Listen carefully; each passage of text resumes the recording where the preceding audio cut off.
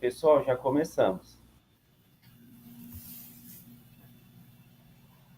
Bom dia, é um prazer estar aqui com vocês hoje com a palestra do professor David Reis. O professor David é formado em Química, né, e também tem pós-graduação na área de Ciência da Informação.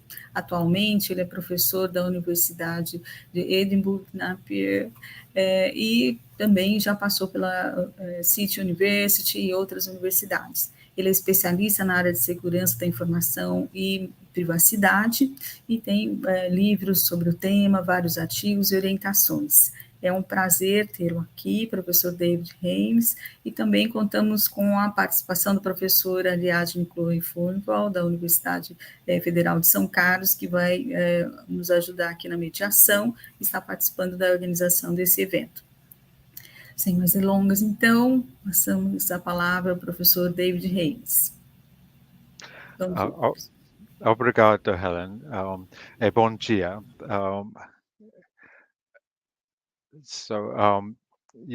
Meu nome é David Haynes. Se você quiser citar sobre a palestra, sinta-se à vontade para usar meu Twitter agora.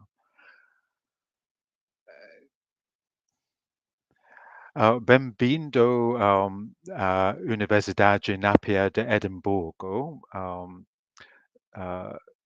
Estou na bela cidade de Edimburgo, capital da Escócia, dos reinos que compõe Reino Unido.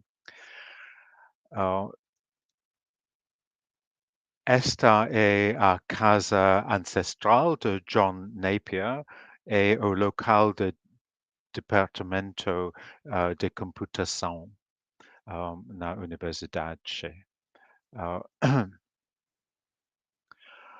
Eu fiz doutorado no final de minha carreira e mudei de uma carreira em consultoria de gestão para uma carreira acadêmica de ensino e pesquisa.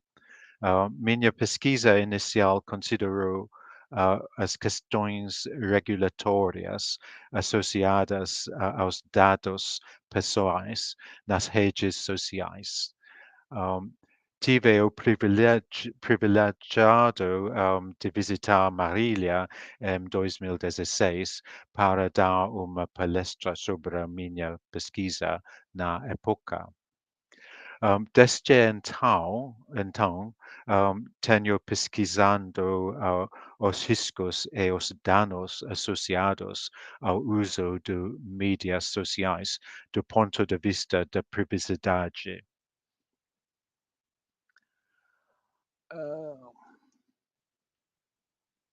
A agenda mudou desde então e agora há muita conversa sobre o Metaverso. Isso foi destacado na decisão do Facebook no ano passado de mudar seu nome para Meta Inc.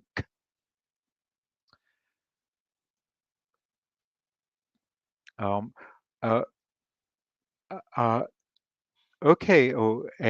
metaverso, existem muitas definições e revisões na literatura que cobrem uma ampla gama. O termo metaverso se originou no romance de 1992 de Neil Stephenson, Snow Crash. De muitas maneiras, Neil Stephenson é visionário. Em seu livro subsequente, The Diamond Age, Era de Diamante, ele antecipou os dispositivos móveis inteligentes mais de uma década antes se tornam realidade.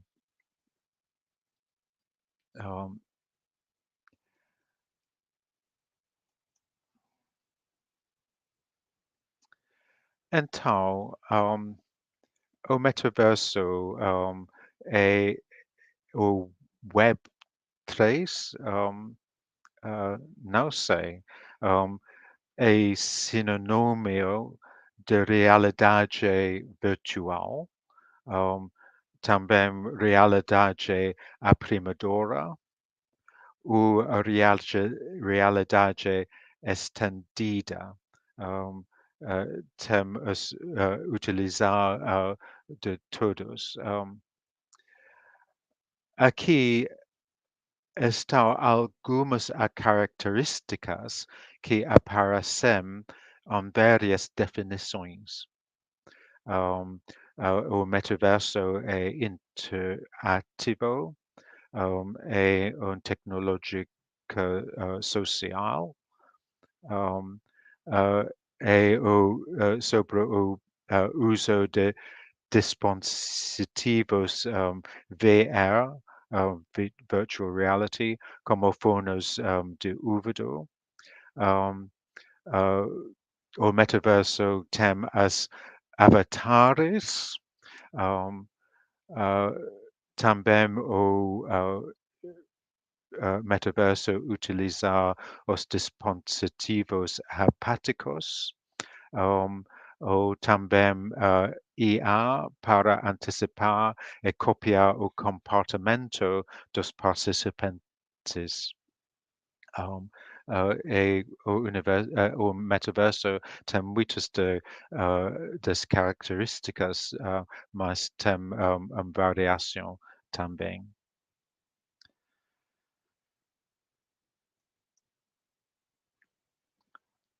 Por nosso pesquisa,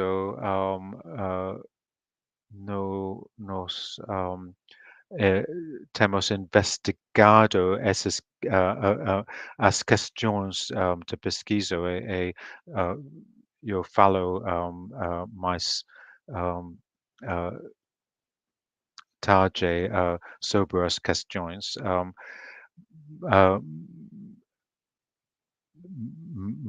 Mas não faz a investigação por meio de uma pesquisa como grupo estatisticamente representativo de indivíduos todo o Reino Unido. E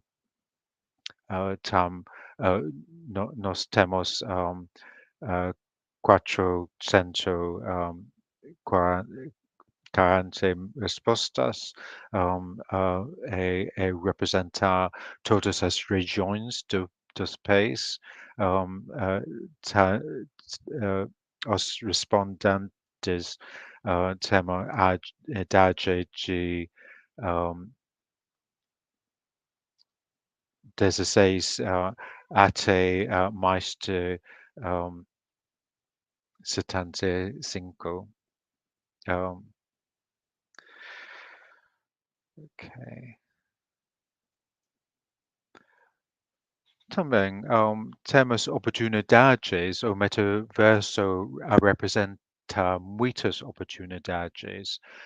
Vimos isso principalmente em jogos online, massivamente, para vários jogadores. Isso depende de uma realidade virtual compartilhada, onde os jogadores podem interagir uns com os outros e com o ambiente criado. A gamificação, a aprendizagem oferece oportunidades para a educação, e este é aspecto crescente do metaverso.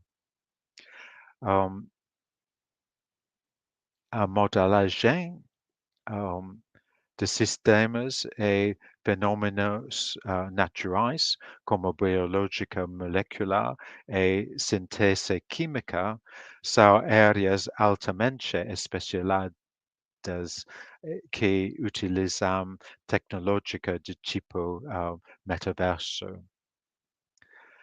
Planetejar desenho é popular em programas de TV, onde as pessoas podem ver uma reforma de sua casa ou jardim antes de qualquer trabalho começar. Os museus e galerias também estão implantando a tecnologia para que os visitantes possam ver como era um edifício em uma era anterior.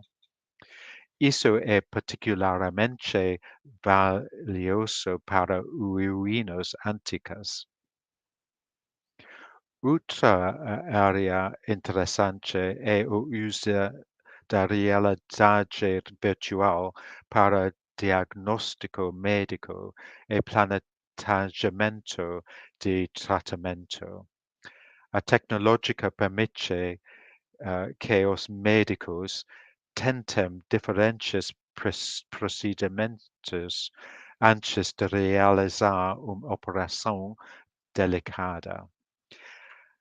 Também permite que vários especialistas trabalhem juntos no mesmo procedimento, como acontecerá em uma sala de cirurgia.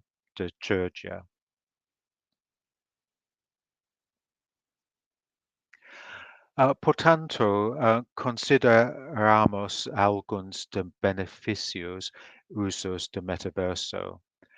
A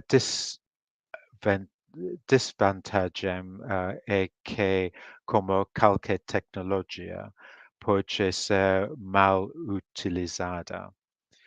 E isso los leva a uma consideração da segurança da informação.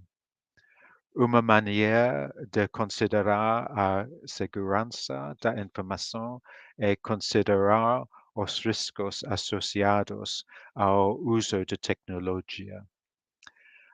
Quais são as vulnerabilidades associadas ao metaverso e como essas vulnerabilidades podem ser exploradas?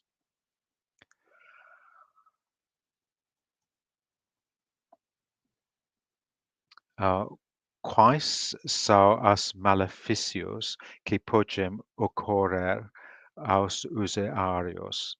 Estes podem incluir uso indevido de dados pessoais para fraude, perda de privacidade afetando o bem-estar social, abuso online, abuso físico quando há identidade ou localização de alguém é revelada.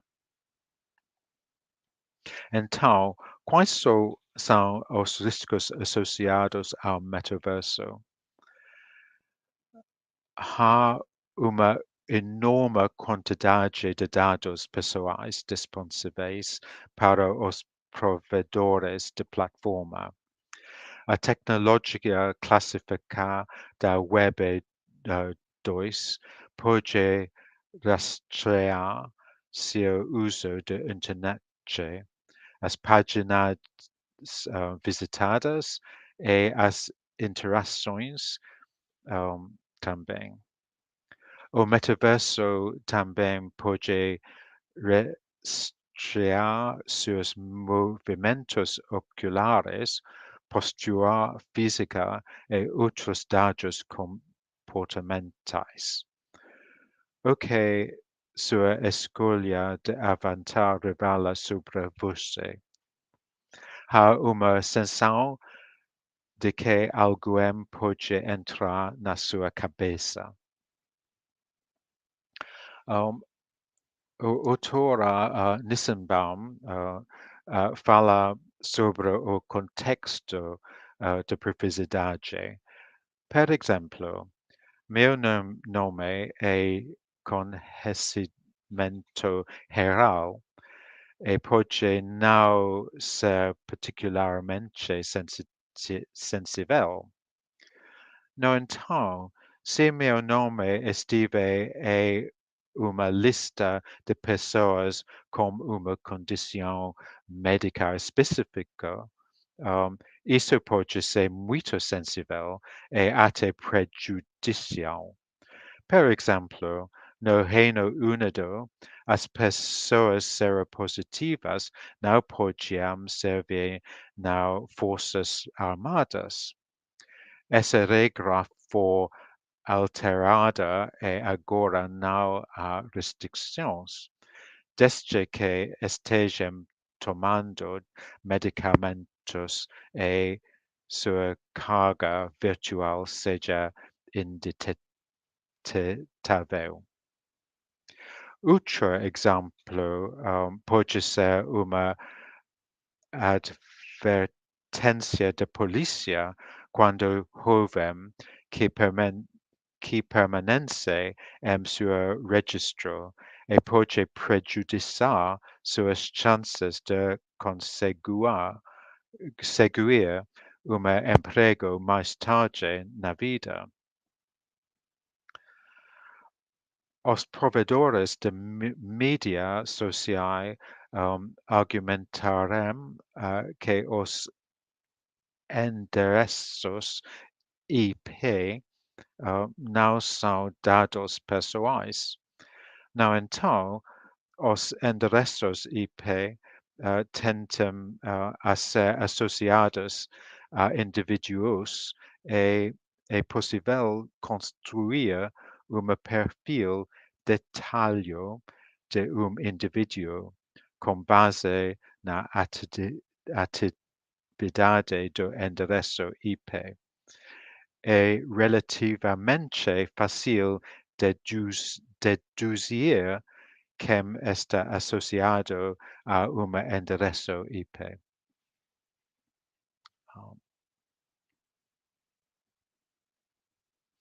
Infelizmente, o abuso com base no gênero é uma ocorrência comum. Levy,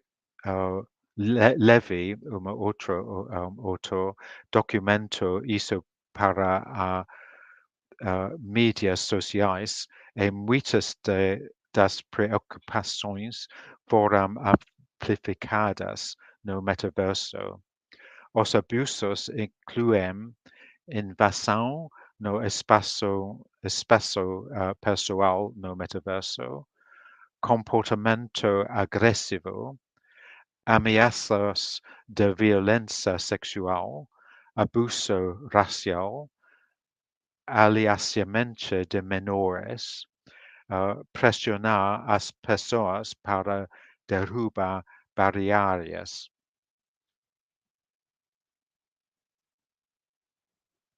Também é possível escutar conversas no metaverso posando como um objeto inanimado, como uma hidrante. Essas informações podem ser usadas para assediar ou fraude indivíduo. Este é um exemplo de objeto inanimado que pode escutar as conversações.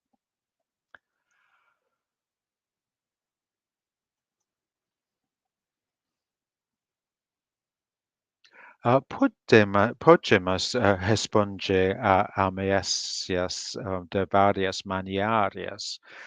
Minha pesquisa em redes sociais, construída no modelo de regulação de Lessig, Lawrence Lessig, identifiquei os seguintes mecânicos. mecanismos, os seguintes mecanismos. Eles têm forças de mercado, legislação, código, autorregulação, e educação.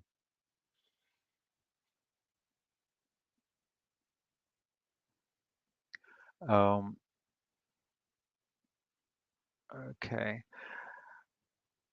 Eu gostaria de focar no último deles comportamento individual. Como indivíduos, temos a capacidade de evitar alguns dos perigos do ambiente online. É sobre o comportamento online.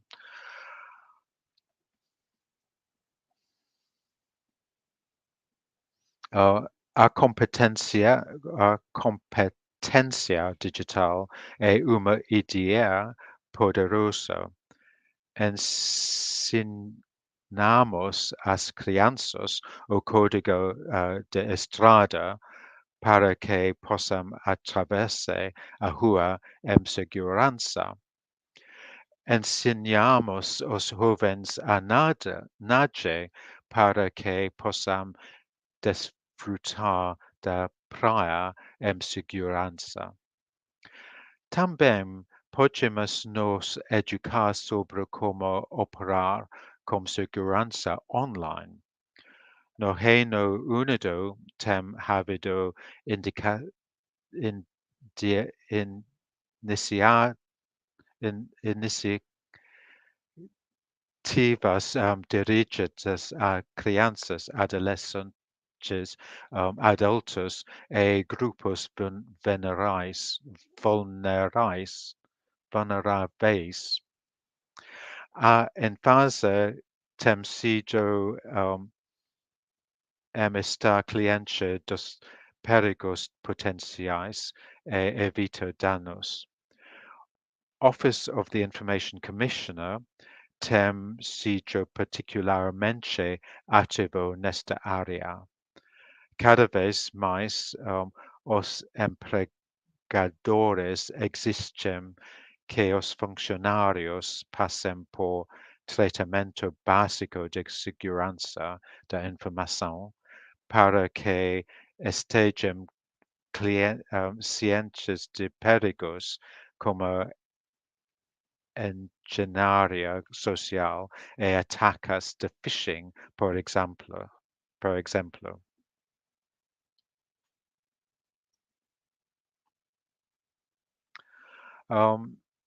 Por nosso, isso levanta algumas questões de pesquisa interessante, como as pessoas estão usando o metaverso, quais elas acham que são benefícios, quais são os perigos percebidos, quais consciências elas estão dos riscos, quais consciências elas estão das formas de prevenir os riscos do metaverso, que nível de competência digital elas têm.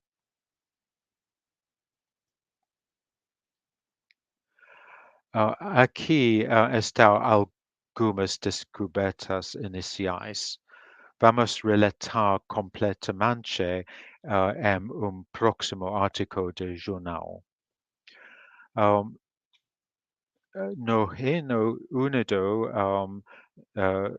o metaverso usado para os jogadores principalmente é lazer, não utilizando para o trabalho. Reconhecido potencial para o uso na educação, mas não muito realizado. Temos questões de segurança, não classificamos altamente agora. Talvez ela mudar. Os benefícios são facilidade de uso, maior interação social e potencial para aplicações mais amplas. Opiniões são polarizadas sobre se mais regulação necessária para proteger a privacidade.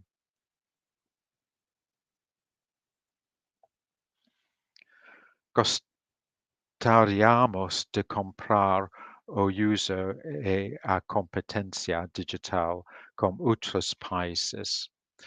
Isso nos permitiria perguntar se existem diferenças significativas entre os países e, em caso afirmativo, por que isso ocorre.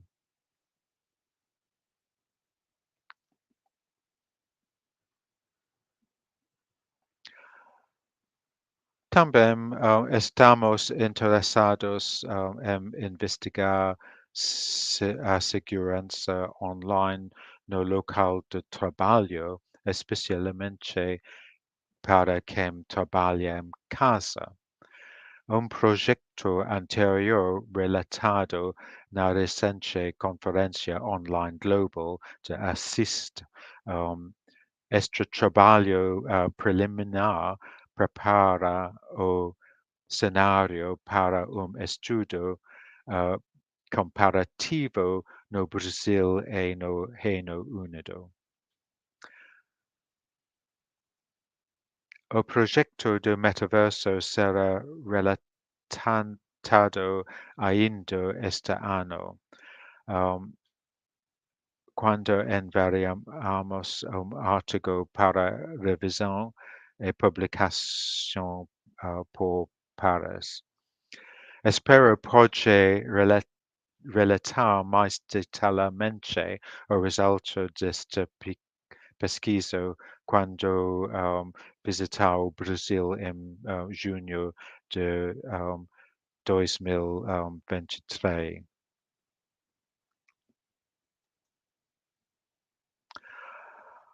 Obrigado.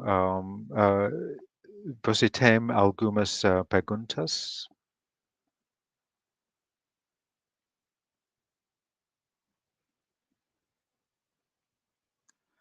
Eu vi algumas perguntas agora no chat. So,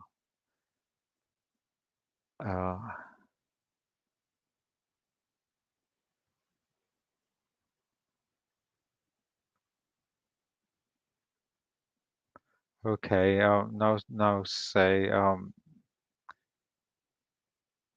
Generisha Paula Coutrim de Abranches palpitando un poco.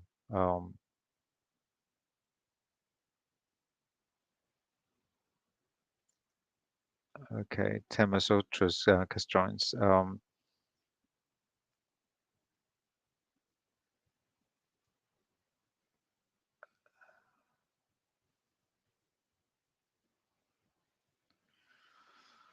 Ok, não entendi o português, desculpe. Talvez Sorry, colega.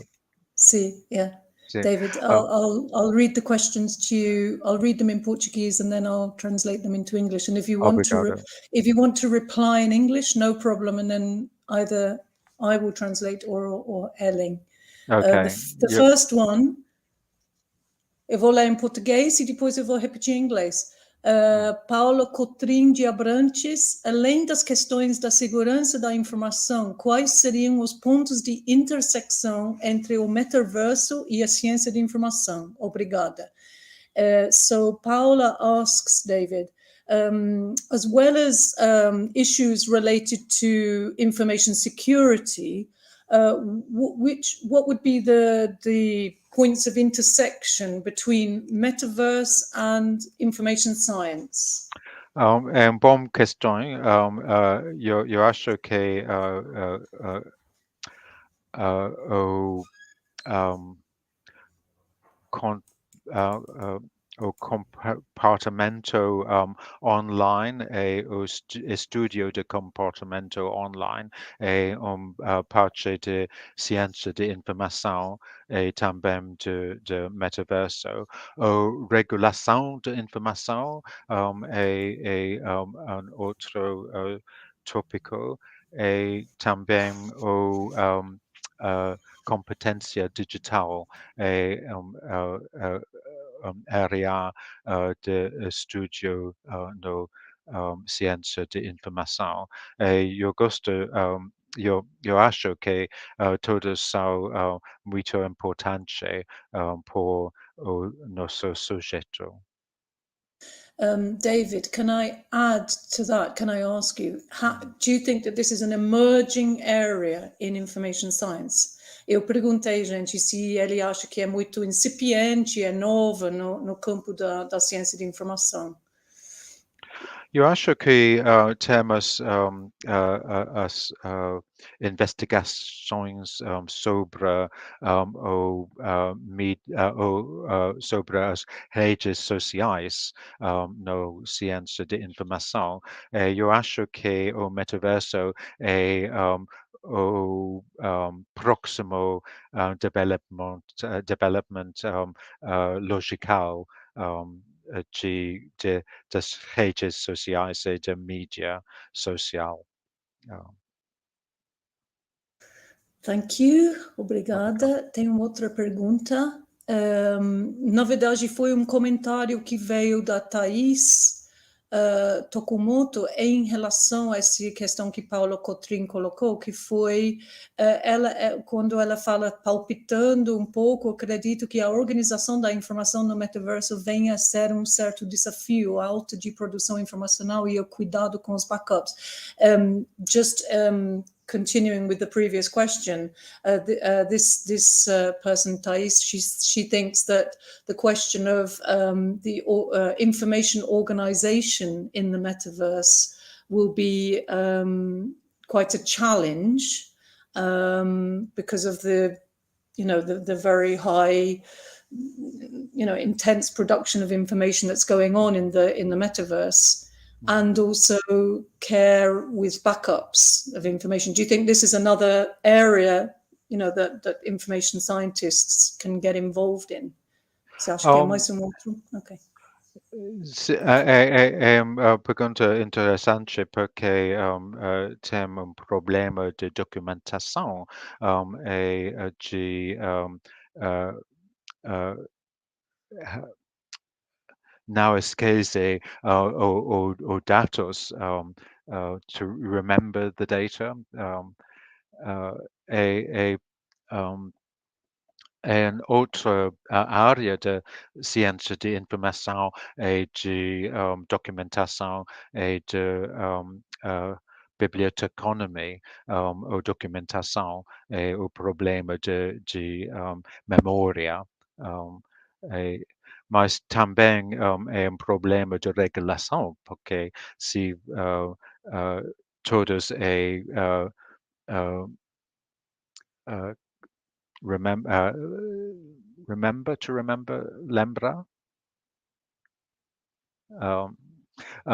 Se todos lembra, é um problema de privacidade e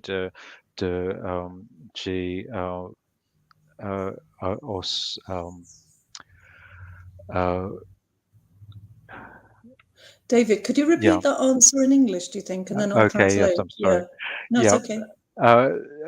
So I think there is a problem of documenting what happens on the metaverse because of the large volume of data.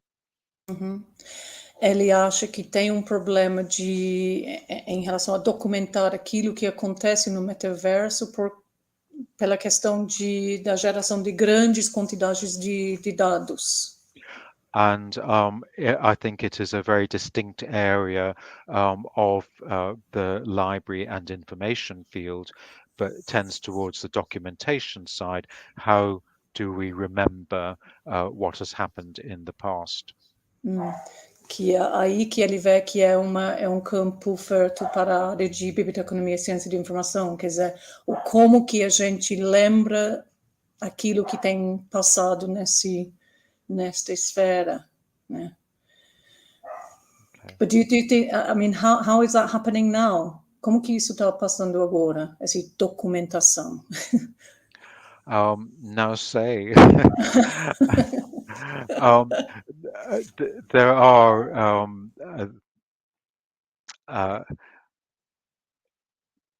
there are projects to document what happens on the internet, and that's been going on for a long time.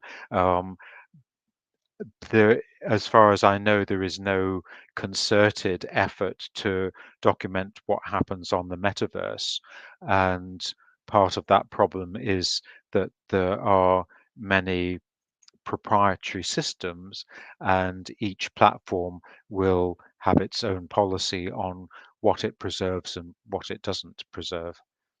Em resposta à minha pergunta, que foi como que isso está acontecendo já no metaverso, o David respondeu que ele não sabe, que a gente tem esses grandes esforços de documentar aquilo que acontece na internet, mas até que ele saiba, não existe essa questão no metaverso ainda, principalmente devido ao fato que há muitos interesses proprietários, não é? Diversos no metaverso, e cada vai ter sua forma de ver como documentar e arquivar. David, when you said we already have the initiatives to document what goes on the internet, are you talking about things like the Internet Archive, that kind of thing? Yeah. So maybe in future we'll have a similar thing in the metaverse then. Hope. Yes, yeah. I think it will depend on agreement on standards and before that can happen.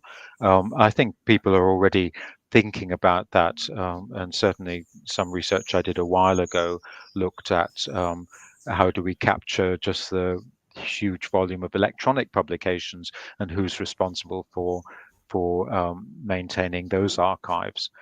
So I think that could be an interesting subject to study. Então, David fala que isso vai ser campo fértil e muito interessante para estudar e em que a gente pode atuar. Ok, tem mais perguntas?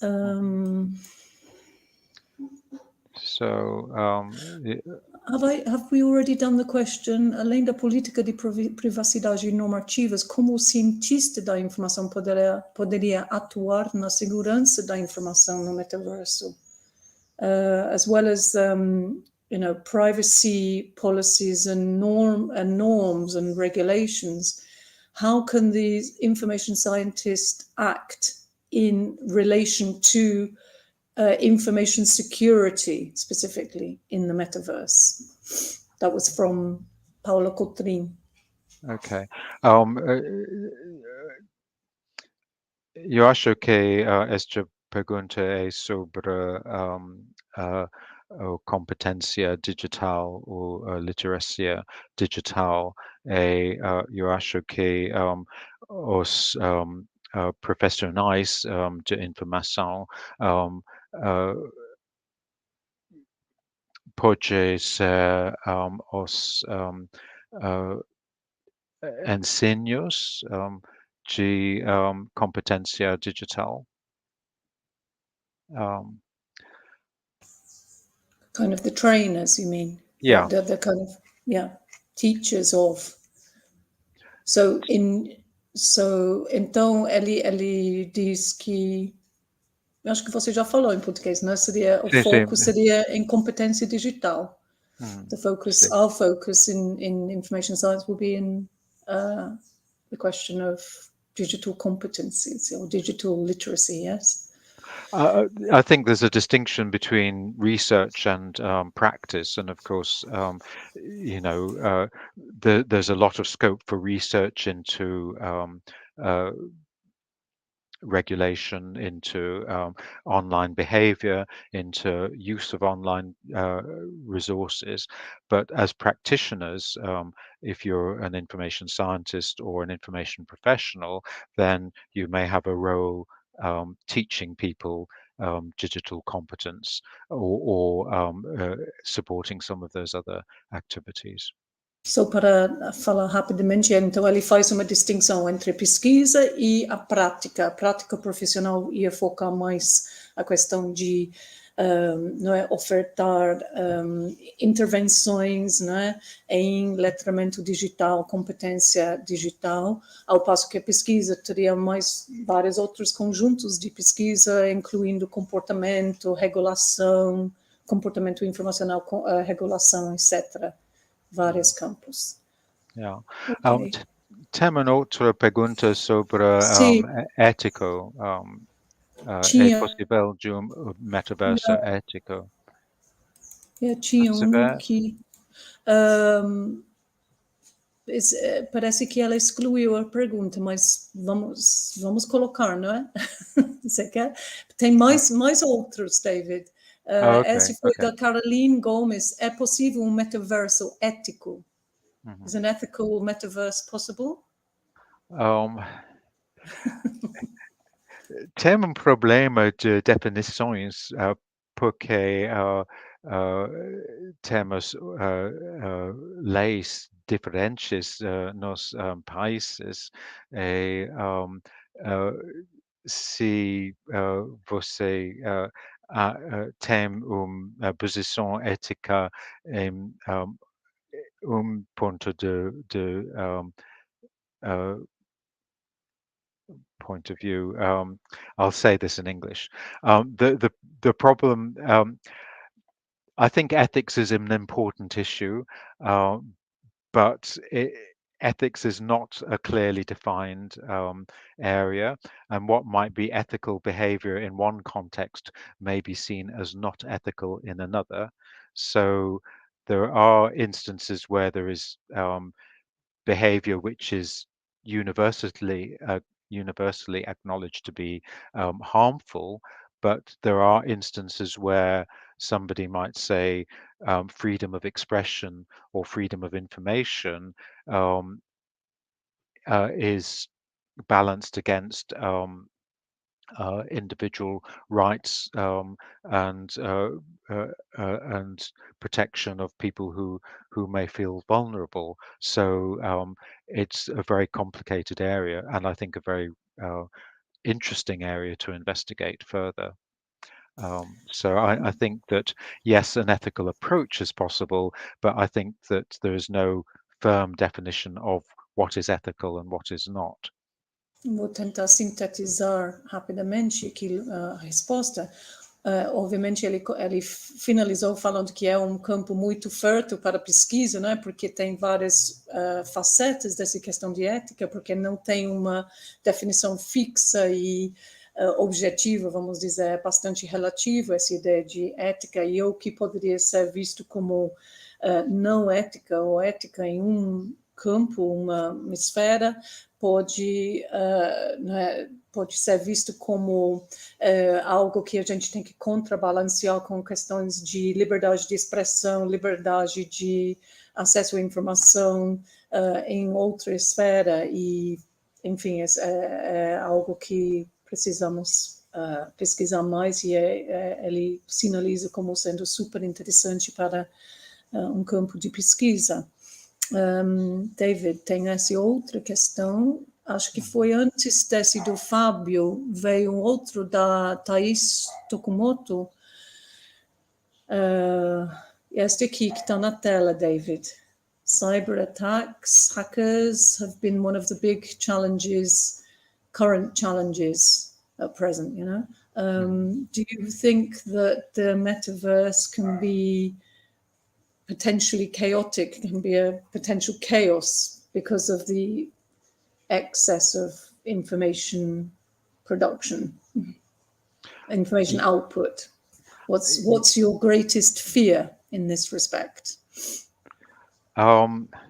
Personally, I'm not a heavy user of the metaverse, so I don't feel particularly vulnerable.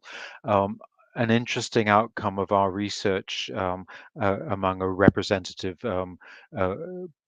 sample of the UK population was that people didn't rate security very highly. They didn't think it was as important as issues of convenience or of overuse or expense. So at the moment, it's not perceived as being a major concern, but it is, I think, a potential concern because of the volume and type of information that is gathered. And yeah, I'll let you say that. Yeah, at the moment, David fala que ele não é um usuário intensivo, né, do metaverso, mesmo sendo um usuário do metaverso, mas ele fala que, na verdade, na pesquisa que eles fizeram no Reino Unido, as pessoas não pontuaram a questão da segurança contra esse tipo de ataques, cyber-attack e hackers, né? Como muito, não estava colocado acima de, por exemplo, conveniência. Então, ele parou aí e eu não sei se ele vai falar mais. Are you going to continue with that answer, or was that? I just said that you were saying that you weren't such a heavy user, but also that people in the replies to your survey done in the UK, they didn't actually put information security high up on the list, above convenience. Yeah.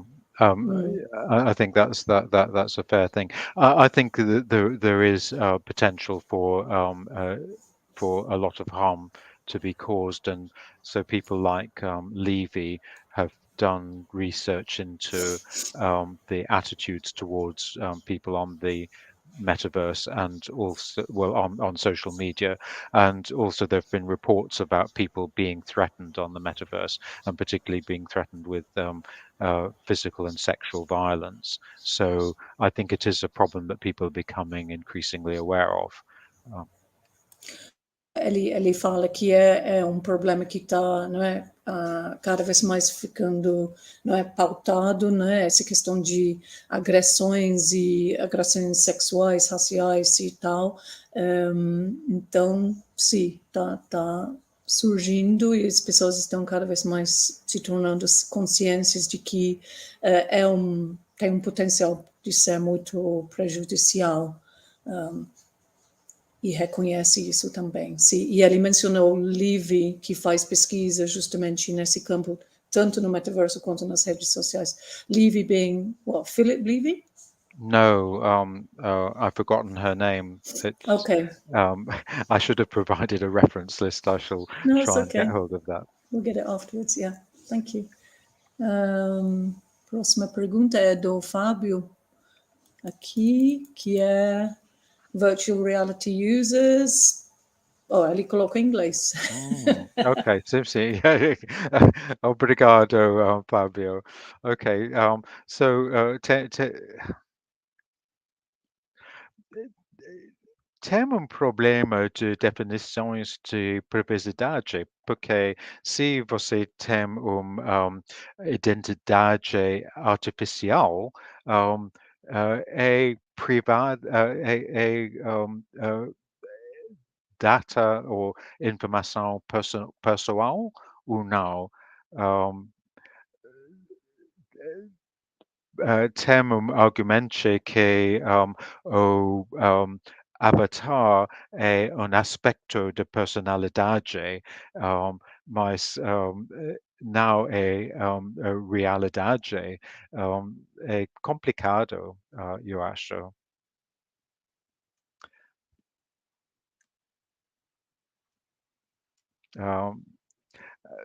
Did you want to read that out in Portuguese? Sim, mas só para terminar essa resposta sua, e meu se agregando mais uma pergunta em relação a isso, você acha que, como acontece de vez em quando, não sei, mas sobretudo no contexto do recém-Online Safety Bill, passando pelo Parlamento Britânico, você acha que vai haver momentos em que os provedores, não é, eles vão ter que fornecer dados em certos casos, por exemplo, vinculado à resposta anterior sobre violência, assédio e tudo que acontece, não é? Quer dizer, nada impede que a polícia entre no metaverso também, não é?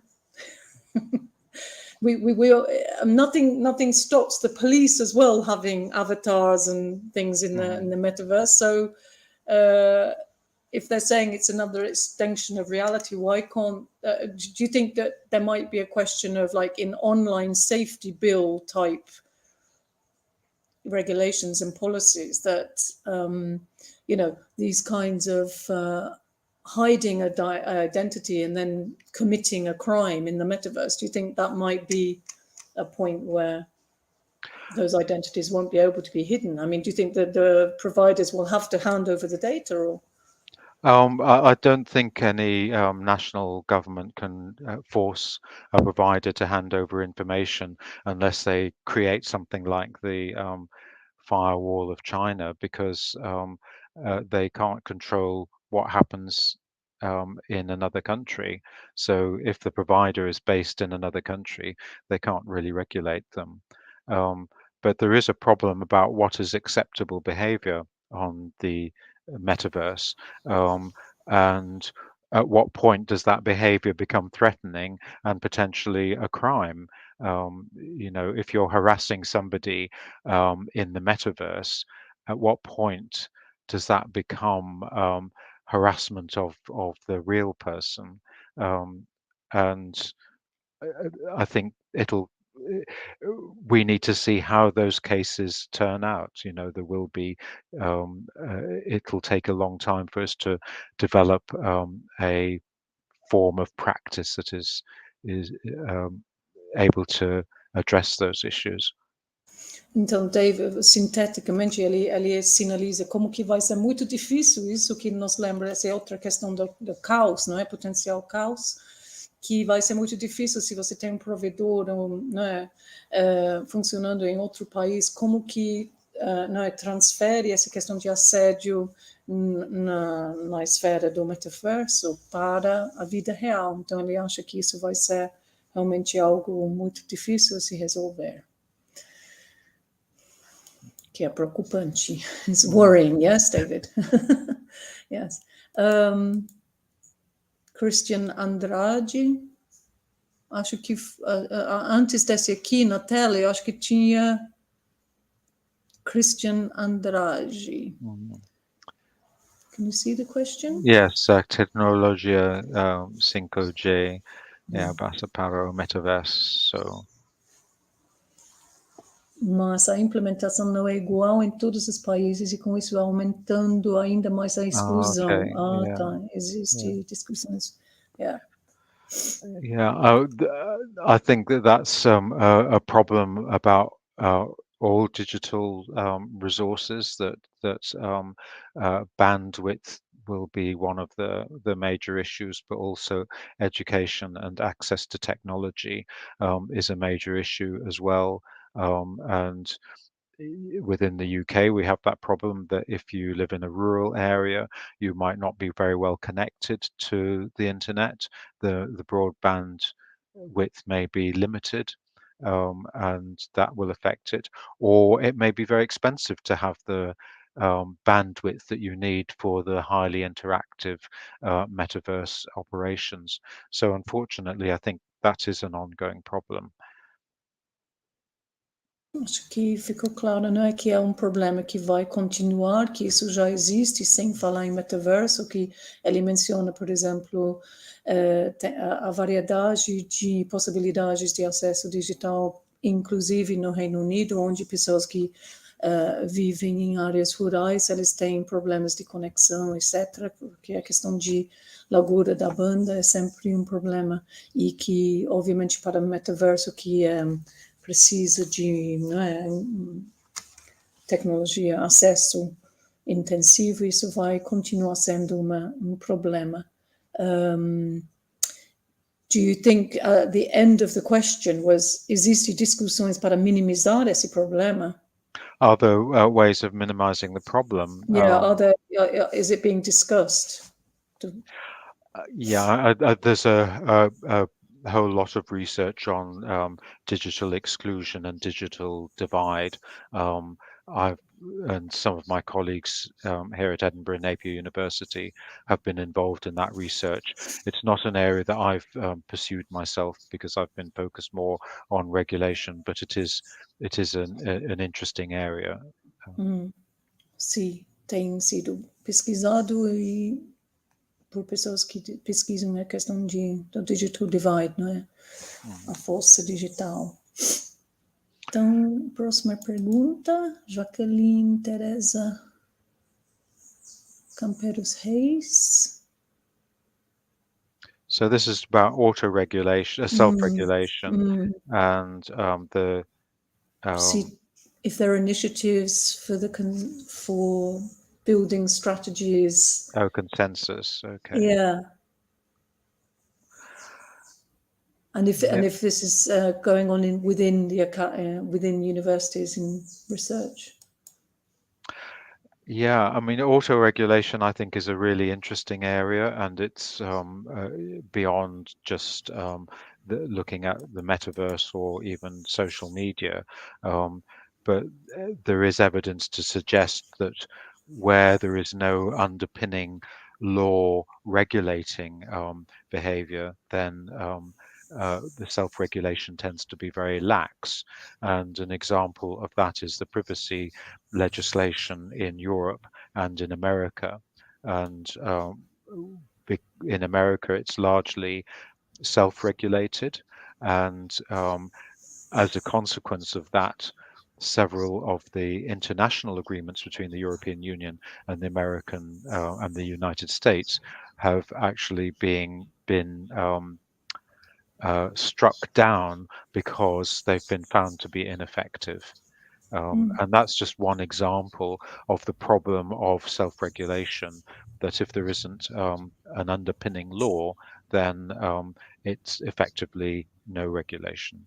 Então, muito sinteticamente, ele diz que quando não tiver uma lei, não é, geral sobre essa questão de regular o metaverso, no caso, ou onde existe essa questão de autorregulação, por exemplo, na Europa e nos Estados Unidos, e ele principalmente cita o caso dos Estados Unidos, é como não tivesse regulação qualquer, né? Então, ele fala que tem se mostrado como inefetivo em relação à autorregulação.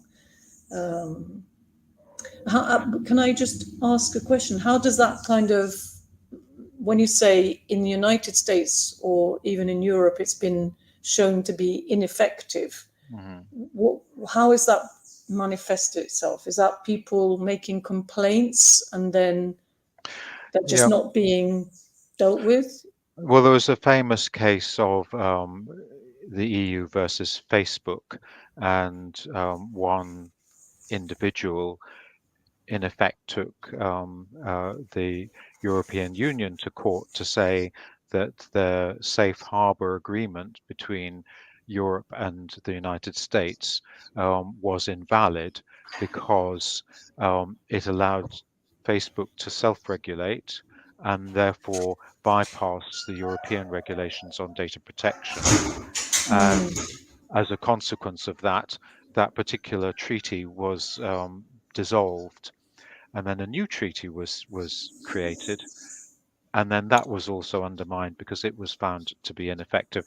And that's just one example of the problem. Of course, there are other ways of regulating, but if you depending on self-regulation, it's not enough in itself, in my opinion.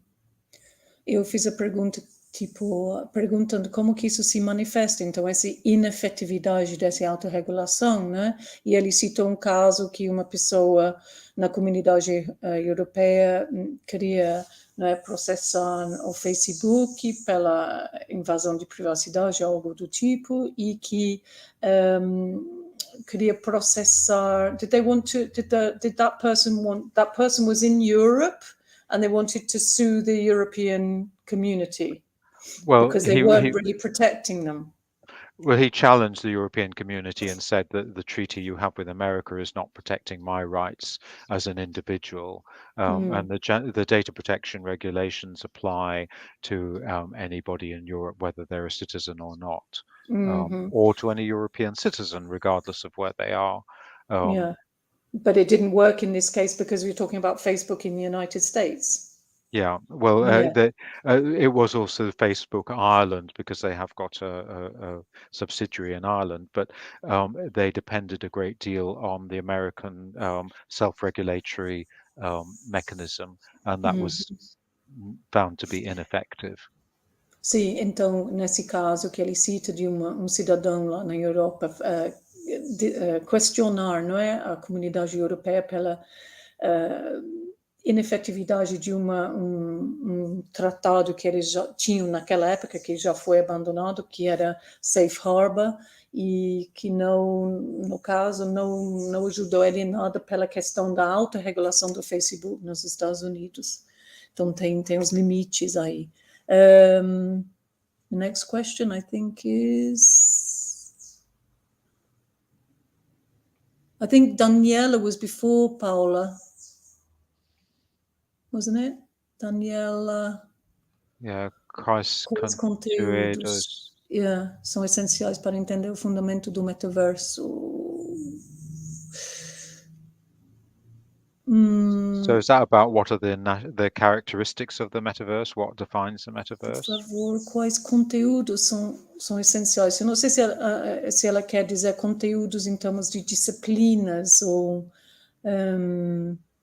para entender o fundamento. I think she's, I'm not totally sure, David. I think she might be saying, if you want to understand the metaverse, if you're starting to understand it, where do you need to go to begin to understand? That's my understanding of the question. Meu entendimento dessa questão, Daniela, é que você quer saber, tipo, onde começar a entender, não é? Okay, so I can't suggest any textbooks. I think doing a general search on the metaverse, looking at Wikipedia, will give you some ideas. The problem is that there isn't a single definition of the metaverse. There are some articles that have summarized or given an overview of the technology, and they may be worth reading. And again, I apologize, I forgot to add any references to this talk, but I can make those available later on, and they certainly will be in any article that I produce subsequently. Great. Então, Daniela, ele fala que dos problemas é que não tem consenso sobre a definição do metaverso e que bom começo seria a Wikipedia e alguns artigos, não é, fazendo uma busca, e porque não existe ainda tipo livro texto que ele poderia citar, mas ele vai passar algumas referências também para a apresentação em PowerPoint que ele fez. Obrigada. Paulo Cotrim, a maioria da documentação no metaverso deve usar a tecnologia blockchain, não? She says, Paula's asking, should most of the documentation of the metaverse will probably use blockchain? I think that depends on what we're talking about. If you're talking about documents that are exchanged on the metaverse, or NFTs, non-fungible items, then you know, yes, blockchain is a very powerful technology. I don't think it's suitable for archiving the metaverse, though, because it contains a lot of very detailed information, and I think blockchain is not a very efficient way of storing masses of data. Em resumo, ele fala que o blockchain não é exatamente a melhor tecnologia não é tão eficiente, melhor tecnologia para armazenar essas grandes quantidades de dados que estão relacionados ao metaverso. Yeah, but I think it is good for documents, whether if they're NFTs or if they are legal documents or something that where you need some metadata attached to it. Mas que vão ser úteis, ou a blockchain será útil para armazenar documentos em si e outros tipos de, não é, FGTs, fungible, como que é? Fungible... Non-fungible transaction or something like that. People who buy like works of art, yeah, they're non-fungible. Token, isn't it? Token. Yeah. Então, nesse sentido, o blockchain vai ser útil para essas coisas um pouco mais delimitadas. Tá. Danilo Santana, aqui no Brasil, há Marco Civil da Internet e o LGPD. Essa lei, the General Law of Data Protection. Sim. Eu acho... É possível ter no metaverso algo parecido e que seja realmente regulatório. Okay. Yeah, I think this raises a really important issue about regulation, because we see a technology and we say we've got to regulate that technology, and you can use the parallel of saying we've got to regulate telephones, but actually what you want to regulate is the use of the telephones or the use of the metaverse. So, for instance, we don't say that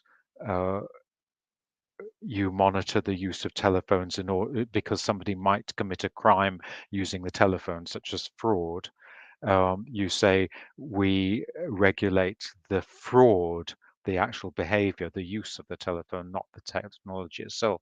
And I think it's a mistake that a lot of legislators make, because they say we've got to regulate the metaverse, and the metaverse isn't one thing, it's a very diverse thing. And what they should probably be doing is regulating the use of the metaverse, and regulating crimes that are committed using the metaverse. So, if you threaten somebody, the crime is the threatening, not the fact that you used the metaverse or that you used a telephone to threaten that person. Então, ele usa uma analogia de fazer essa distinção entre esses esforços para regulamentar a tecnologia em si, e os comportamentos e as ações e tal desenvolvidos nessas tecnologias, que vem acontecer, com o uso. Então, não seria, se a gente quer regular o metaverso, a tecnologia em si, isso seria como a gente quisesse regular o telefone, a tecnologia, mas ele fala assim, não, é aquilo que acontece dentro, os comportamentos, tipo fraude, assédio e tal, e ele falou que é um erro ainda cometido pelas próprias legisladores, de querer entrar e começar a regular a tecnologia sem fazer essa distinção. There's another question. There's this one, Nancy, but there's one before that, is there? Okay. Yeah, there was another one before that. And then Nancy's, I think it should be the last question. A última pergunta da Nancy depois. Christian Andrade, historicamente, desde a criação da internet, as forças do mercado e os códigos da indústria. Essa foi uma pergunta anterior à da Nancy. Do Christian Andrade. Este aqui. E as forças do mercado e os códigos da indústria não privilegiam a privacidade de dados dos usuários, pelo contrário. Não sei se é uma pergunta ou um comentário. Okay. Is it clear? Sim. Obrigado. You just said obrigado to somebody there in Edinburgh.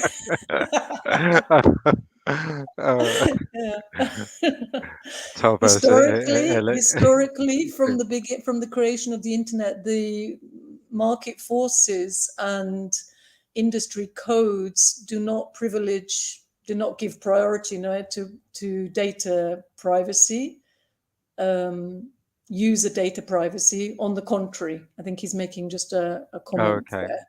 Yeah. Do you agree with that?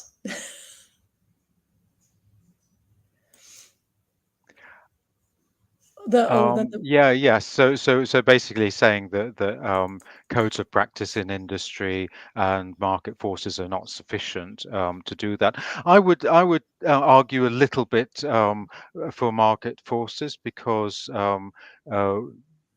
I think it was back in 2010. It was a long time ago. Mark Zuckerberg said, when Facebook was on its trajectory of taking over the world, that privacy doesn't exist, and there was such a reaction to that people in America started to talk to their legislators, to their representatives in Congress, and there was the threat of legislation. And the threat of legislation was enough for him to change the policy of Facebook to reveal personal information freely. So I think that the market can have an effect, that if enough people get angry enough about something and they start to affect the legislators, the threat of legislation can change things. And that's happened a number of times. There was another time when they started to show people's locations, and so and it was pretty creepy that you could walk past somebody and it would tell you the name of the person that you were walking past if they happened to have their phone on as well. Well, you can imagine the potential there. So yeah, I think the market does have an effect, but I think that I think there needs to be a combination of things, and I think that this is where digital literacy is important, because we also need to understand what the dangers are so that we don't expose ourselves to those dangers. Mm-hmm. Yeah, he said, the market forces, actually, he believes that ele acredita que as forças do mercado, né, têm papel, mas ele falou que lá em 2010 teve grande protesto nos Estados Unidos quando o Mark Zuckerberg falou que não existe privacidade, né? Então ele falou que as pessoas começaram a pressionar os legisladores. Então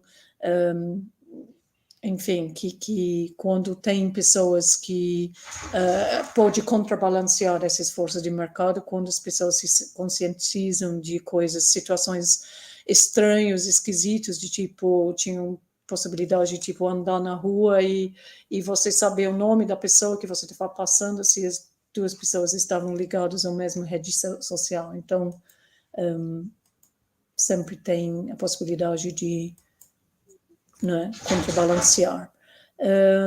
Nancy O'Donnell, do you think we are heading towards an immersive parallel reality in society? Thank you for asking the question in English. That's a very interesting question, and of course that was the kind of future that Neil Stephenson was predicting in his novel Snow Crash in 1992, and the film Come In Player One, I think it's called, is also a vision of the future. I don't think it exists, and I think that our experience of the last 2 years, where we've been doing so much virtually, people have realized how important physical reality is. So I think we're not going to go into that immersive future. I think another example, of course, of the immersive future is I'm trying to remember the film now, with Keanu Reeves in. Are you talking about Matrix? Matrix, that's right. Yeah. That's probably a very extreme view of, where we're just all in little pods and everything is happening virtually. I think that that's not going to happen. I think that the physical reality is still an important part of life and will continue to be. Então ele acha que estamos longe do cenário do Matrix, mas isso, né, é uma possibilidade das pessoas que concebem o próprio metaverso, mas que estamos longe disso, que é uma boa pergunta, né? Related to that, you hear of people, like supermarkets buying areas, buying spaces in the metaverse because and paying millions of dollars for virtual spaces. Yeah. Thank So you. Yeah. So Nancy is agreeing with me. Yes, I think that's an interesting phenomenon that people are buying real estate, or they call it real estate, virtual estate, I suppose it should be, on the internet,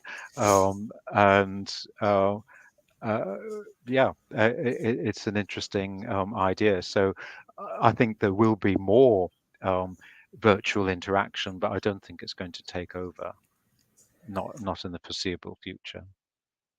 Sim, então eu coloquei que já tem casos de pessoas de supermercados e tal gastando milhões e milhões de dólares para comprar espaços no metaverso. E, enfim, ele fala que o termo real estate agora deveria mudar para virtual estate, não é? Real estate, que sendo a questão de imobiliária, né?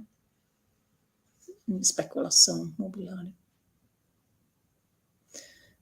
Question from Anis, I think is the last one. Oh, that's the penultimate question. Existe algum plano educacional sobre segurança informacional e metaverso de modo que a população como um todo entenda seu significado e importância? Is there some sort of, do you think there's a sort of an educational policy, a plan, related to information security in the metaverse so that the general population could appreciate its importance and meaning? Yeah, I think that's to come. There are, I've mentioned, for instance, initiatives by the Office of the Information Commissioner, which in Britain is responsible for data protection, to educate people about the internet and about online safety, but not specifically about the metaverse. And I'm sure that as time goes on, they will be incorporating the metaverse into their guidance on digital safety. So I think that is something we will expect to see happening. Então ele fala, grosso modo, que é para vir, né? Que tem havido esforços, por exemplo, no Reino Unido, de começar a ensinar as crianças e tal sobre segurança na internet, mas ainda não foi incorporado a questão do metaverso, mas certamente isso que vai ter que ser agregado a essas iniciativas que já existem. Tem uma questão aqui, não sei se é da Ellen. Sim. Paula fala assim, but NFT, non-fungible tokens, is not... does not have a monetary value?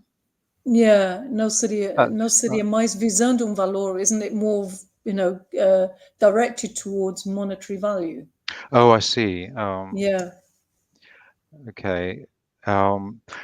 Yes, and there is a real economy on the metaverse. So people are buying virtual real estate, but it has a monetary value, and it can be translated back into fungible money. So there is a real economy there, and there is a real interaction between the physical economy and the virtual economy. Sim, ele reforça essa ideia de que as transações econômicas que estão acontecendo lá no metaverso têm uma replicação aqui na vida real, que tem essa interação entre essas transações econômicas, né? David, I have a very quick question. do you think that it's dominated currently, the metaverse? I've never been into the metaverse personally, by with a certain people from a specific generation. If I go in, I'm of a different generation, born in the 1960s. Would I be in a minority? That's the impression I have. That it's mainly kind of young gamers, and are there older people there? Well, our survey was of people who use the metaverse, and it was also designed to be representative of the general population. So we had responders in all age categories. So I think the thing is that the metaverse isn't one thing. So it may be that if you use, for instance, if I visited a local museum recently, and it had a tablet which when you moved it around, it showed you what the building looked like in previous eras. So you could see how it looked like when it was a fully functional building in the 15th century. And that's the metaverse. That's a form of the metaverse. I didn't have to subscribe to it.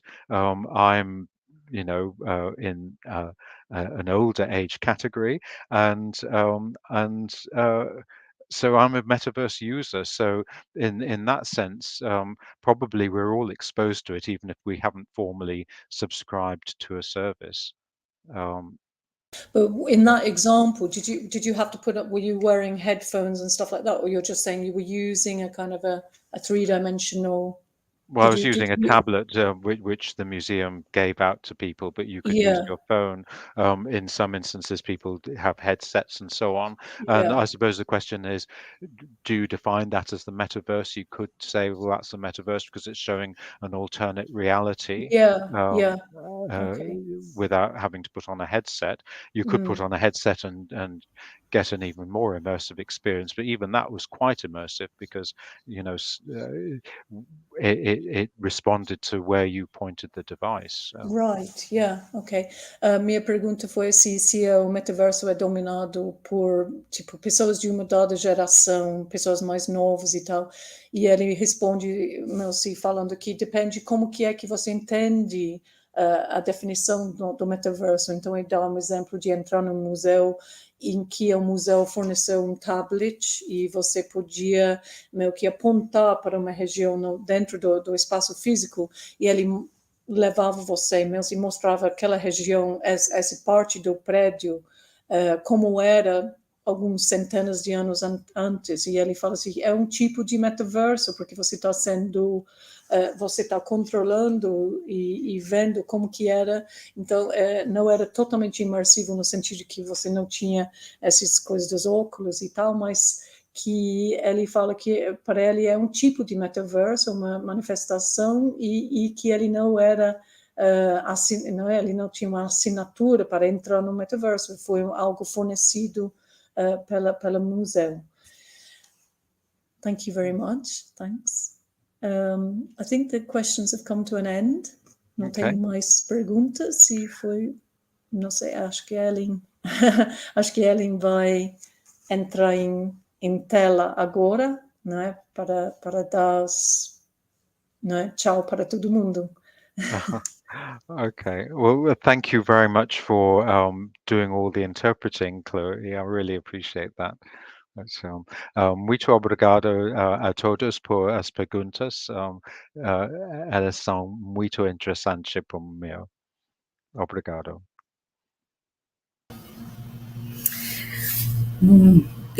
Agradeço muito, David, pela sua disponibilidade em compartilhar conosco os resultados do seu trabalho, das suas pesquisas. O tema foi muito instigante, tivemos muita participação, né, de pessoas de várias universidades, programas, professores, alunos.